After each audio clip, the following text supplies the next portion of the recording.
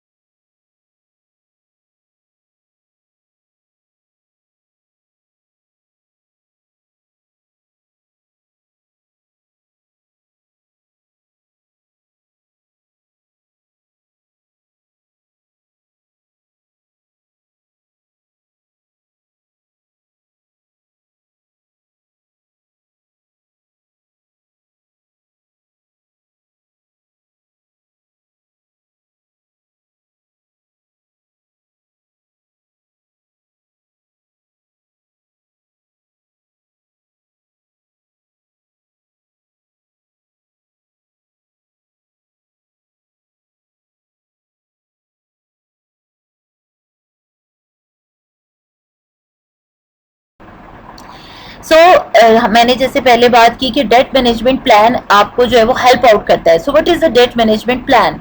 It is the method used in the various countries for paying the personal unsecured debt. वो date जो कि unsecured होते हैं, जिसके ऊपर आपने कोई सिक्योरिटी नहीं प्रोवाइड की होती, जिनमें कोई टर्म्स एंड कंडीशन नहीं होती, उनकी पेमेंट के लिए आप अगर पहले से डेट मैनेजमेंट प्लान बना लेंगे तो वो हेल्पफुल होगा. Debt management plan deal with only unsecured debt. इसकी एक कह लो that is essential of this plan कि ये अनसिक्योर्ड डेट के लिए जो है वो हेल्पफुल होंगी. It offered by the debt management companies, और ये ज़्यादातर आपके पास जो डेट मैनेजमेंट प्लान्स हैं वो प्रोवाइड करती हैं वो डेट मैनेजमेंट कंपनीज, यानी वो जो थर्ड पार्टीज आप इन्वॉल्व कर रहे हो. It relieve the stress of payment. आपके जो स्ट्रेस होता है पेमेंट का वो आपका रिलीफ हो जाता है बिकॉज आपने पहले से प्लान किया होता है. It can manage the finance by using the effective tip. Because एक प्लान है तो आपके पास जो है वो इफेक्टिव प्रिलिमिनरी कुछ आपके पास इंस्ट्रक्शंस होंगी जिनको फॉलो करके आप अपने फाइनेंसेस को प्रॉपरली क्या कर सकते हैं, मैनेज कर सकते हैं. Then there are the certain pros and cons हैं हमारे पास जो है वो डेट मैनेजमेंट प्लान्स के, कि अगर हम डेट मैनेजमेंट प्लान्स करते हैं तो इसके हमारे पास कुछ फ़ायदे भी हैं और उसके साथ साथ इसके कुछ नुकसानात भी हैं. So we have seen these one by one. सबसे पहले तो है it stop creditor calls. Because ये जो डेट मैनेजमेंट प्लान्स हैं that seeks to be help out for the ease of the debtors. So जो आपके क्रेडिटर की कॉल्स और प्रेशर है उसको ही रिड्यूस कर देता है. Reduce the interest rate and monthly payments. आपकी जो इंटरेस्ट रेट्स हैं और मंथली पेमेंट्स हैं उसको रिड्यूस कर देता है, फ्लेक्सिबल होता है और बैंक्रप्सी नहीं हो सकती क्योंकि आपने एक इंटरेस्ट रेट और मंथली पेमेंट को पहले से प्लान किया हुआ है. आपने जो भी अपनी पेमेंट्स करनी है उनको आपने प्लान उसको प्रॉपरली प्लान किया हुआ है. तो बैंक्रप्ट होना, दिवालिया होने के कोई चांसेस नहीं होंगे क्योंकि आपके पास आप टाइमली बेसिस पर अपने इंटरेस्ट रेट और अपनी मंथली पेमेंट्स को जो है वो पे कर रहे होंगे. सो कॉन्स इसके क्या हैं, इसकी डीमेरिट्स क्या हैं, fee and charges. Because these date management plans can be offered by the debt management companies, so definitely they charge certain fees and charges in order to give you services in the form of planning, not acceptable to the creditor, and sometimes these type of planning are not be acceptable to the creditor because it deemed to be for the convenience of the debtor, यानी कि debtor side के फायदे की होती है तो sometimes creditor इसको accept नहीं करता. So debt management plannings cannot write off the debt. आपके पास आपके उससे आपका जो है वो वेव ऑफ नहीं कर सकते आप डेट को. You have to be paid. उल्टा अपनी एडिशनल फी और चार्जेस उन कंपनीज को भी देनी है.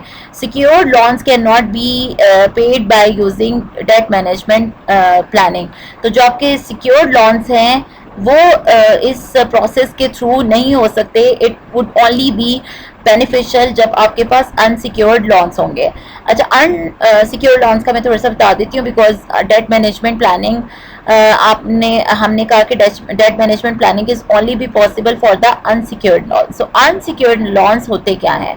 Actually, the unsecured loans is the loan that is issued and supported only by the borrower credit worthiness rather than by any type of collateral.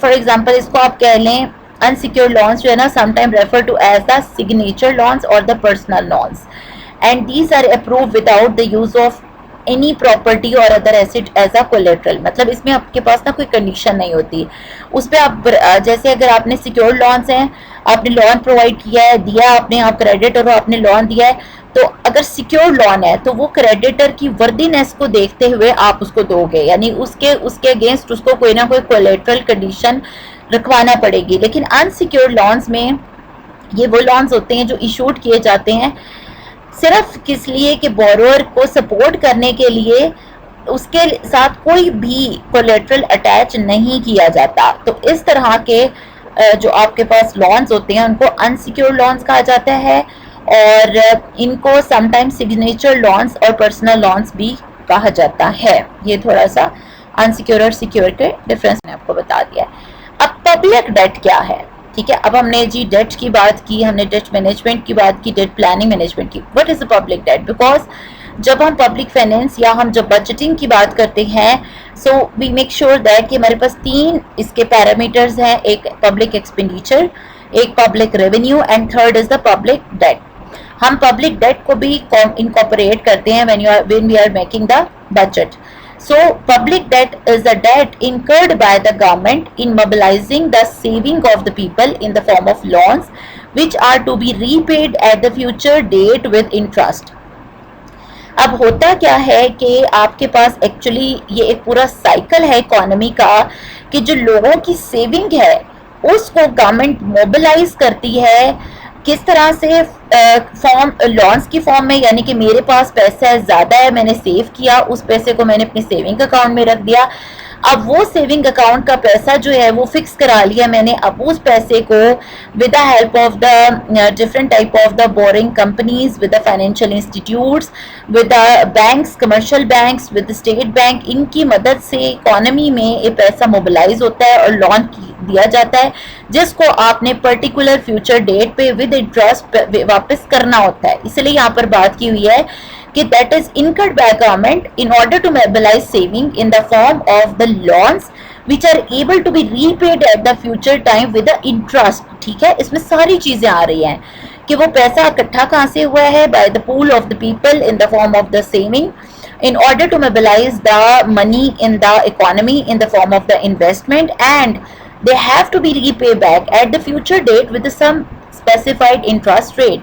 So it can both be internal as well as the external. दो तरह के आपके पास जो है वो debt management होती है as a source, internal as well as external. So it is important source of income for the government. It is mainly incurred for building up economy infrastructure, for the government to lend capital fund to private sector and for meeting the temporary as well as long term deficit. जब भी आपके पास कोई कमी बेशी आएगी infrastructure में, उसको आपने कोई इकोनॉमिकल इंफ्रास्ट्रक्चर है, कोई अपनी चीज़ बनानी है, बिल्डिंग है, कैपिटल लेना है, कोई प्राइवेट सेक्टर की तरफ चीज़ लेके जानी है, बनानी है, शॉर्ट टर्म है, लॉन्ग टर्म है, टेम्प्रेरी तौर पर आपका डेफिसिट आ गया, उसको मीट आउट करने के लिए आपके पास public debt is the very very important and technical and essential tool in order to make your budget in a balance. So public debt management, it is a concern with the form of public debt in terms of which new bonds are sold. इसमें क्या होता है कि आपके पास government ना bond issue करती है, ठीक है, बॉन्ड इशू किए, उसने बेच दिए, अब पैसा आ गया, आवाम से पैसा आ गया है. अब एक्चुअली वो जो पैसा है ना, एक बॉन्ड जो इशू किया है गवर्नमेंट ने, और वो जो पैसा इकट्ठा हो गया है, वो एक्चुअली पैसा जो है वो एक तरह से कर्ज है और वो आपने अदा करना है विद इंटरेस्ट. क्योंकि जो बॉन्ड होल्डर है, जो आपके पास डेटर है, जो आपके पास जिसका पैसा आपने उठाया है, आपने उसको वो पैसा भी देना है, उसके साथ साथ आपने वो इंटरेस्ट भी पे करना है जो कि आपने उस बॉन्ड के अगेंस्ट जो है वो फिक्स किया था. So maturity date are redeems or refunded proportion in which different type of public debt should be issued the pattern of maturities of debt or its ownership. मैं वही बता रही हूँ कि डिफरेंट आपके पास मेच्योरिटीज और डिफरेंट आपके पास जो है वो स्ट्रक्चर होगा आपके बॉन्ड्स का, और जो भी सिक्योरिटी आप एज ए डेटर ले रहे हैं. In India public debt management is coordinated through reserve banks. ठीक है, हमारे जो रिजर्व बैंक्स है यहाँ पर हमारे पाकिस्तान में जो है स्टेट बैंक के थ्रू, और ये इंडिया, बिकॉज ये जहाँ से जिस बुक से उठाया है वो इंडियन ऑथर की बुक का सर्च चैप्टर था, इसलिए उन्होंने रेफरेंस कोट किया था, तो मैंने एज इट इज़ कर दिया. बट जब हम इसको पाकिस्तान के पर्सपेक्टिव से पढ़ेंगे तो state bank is responsible to do so. Importance क्या है पब्लिक डेट मैनेजमेंट की? इम्पोर्टेंस क्या है? पहले हमने सिर्फ डेट मैनेजमेंट की इम्पोर्टेंस देखी थी, अब हम देखेंगे what is the importance of the public debt management. Public debt policy play important role in the formation of economic policy of the country. All you people know that कि जब आप public policy बनाते हैं तो debt policies also play a very important role in order to make your economy stable. So increase or decrease of public debt affect the working of any economy. So it gives the knowledge of actual amount of requirement for the implementation of the certain policies. With the help of the public debt management, you will able to see कि हमारे पास कितना कमी बेशी है, हमें कहाँ पर requirement है, हमें कहाँ पर चीज़ों को फिलअप करना है. So it helps to know condition which are essential for the implementation of the planning policies also. The way of utilization of public debt affects the economic development of the nation. Those plans which are involved in order to utilize the public debt also directly affect the economic development of the nation. Objective क्या है इसका public debt management का? It ensure financing need of government with the help of the public debt management. You have to be make कि आपकी जो needs हैं financing की वो पूरी हो रही हैं. बोरिंग कॉस्ट को कम कर देता है आपके पास बिकॉज हमने पहले से मैनेज किया हुआ है. Keep risk at acceptable level because everything should be plan. तो आपके पास जो है वो एक्सेप्टेबिलिटी ऑफ द रिस्क और उसका जो कॉस्ट है इन द केस कि अगर आप उसको नहीं पे बैक कर सकते जब आप उसको प्रॉपरली मैनेज नहीं करोगे. Support the development of the domestic market because जब आप डेट मैनेजमेंट कर रहे होते हैं तो उससे आप क्या इंफ्रास्ट्रक्चरल इंप्रूवमेंट, आपकी प्रोडक्शन इंप्रूवमेंट, इंडस्ट्री इंप्रूवमेंट आती है तो आपकी डोमेस्टिक मार्केट डेवलप होती है. It must serve the economic policy of the government. In the time of emergency it should provide sufficient fund to meet the requirement of the economy. और आपकी पहले भी हमने ये चीज़ें पढ़ी और आपको पता भी है इसके बारे में कि डेट जब आप ले रहे होते हो एक्चुअली आप अपनी अनसर्टन और आपकी जो इमरजेंसी सिचुएशंस है उनको मीट आउट करने के लिए आप कॉपी हैं. प्रिंसिपल्स क्या हैं आपके पास पब्लिक डेट मैनेजमेंट में? Minimum interest cost of service public debt. क्या आपके पास प्रिंसिपल क्या है कि आप कम से कम लोएस्ट इंटरेस्ट कॉस्ट आपकी होगी तब आपको फ़ायदा है. और इन्वेस्टर्स जो हैं उसकी उनकी सेटिस्फेक्शन लेवल अचीव करना बहुत ज़रूरी है बिकॉज जो पैसा जहाँ पर इन्वेस्ट हो रहा है उसका कॉस्ट बेनिफिट एनालिसिस करना बहुत ज़रूरी है. Funding the short term debt into long term debt. Fine कि जो आपने बिकॉज जब आप शॉर्ट टर्म डेट्स को लॉन्ग टर्म डेट में फंड कर रहे होते हैं तो वहाँ से आपके पास जो उसका कह लें कि रिटर्न बहुत ज़्यादा आ रहा होता है. So it must be in coordination with fiscal and monetary policy. Definitely सी बात है कि जब आप अपनी डेट फाइनेंसिंग डेट मैनेजमेंट कर रहे हैं तो वो अपनी फिस्कल और मॉनेटरी दोनों पॉलिसीज़ को इनकॉर्पोरेट करके करोगे. और proper adjustment of the maturity क्या है कि वो टाइम पीरियड वो टाइम स्पैन जिसमें आपने इसकी रीपे बैक करना है, आपने रिडीम करना है आपने, तो प्रॉपर एडजस्टमेंट इसकी होनी ज़रूरी है. ये कुछ प्रिंसिपल्स हैं, असूल हैं जिनके को फॉलो करके आप अपनी पब्लिक डेट मैनेजमेंट को बेहतर बना सकते हैं. एलिमेंट्स बहुत बहुत इम्पॉर्टेंट है. यानी कि आपके पब्लिक डेट मैनेजमेंट जब करेंगे तो ये चीज़ें जो होनी चाहिए, ठीक है. रीफंडिंग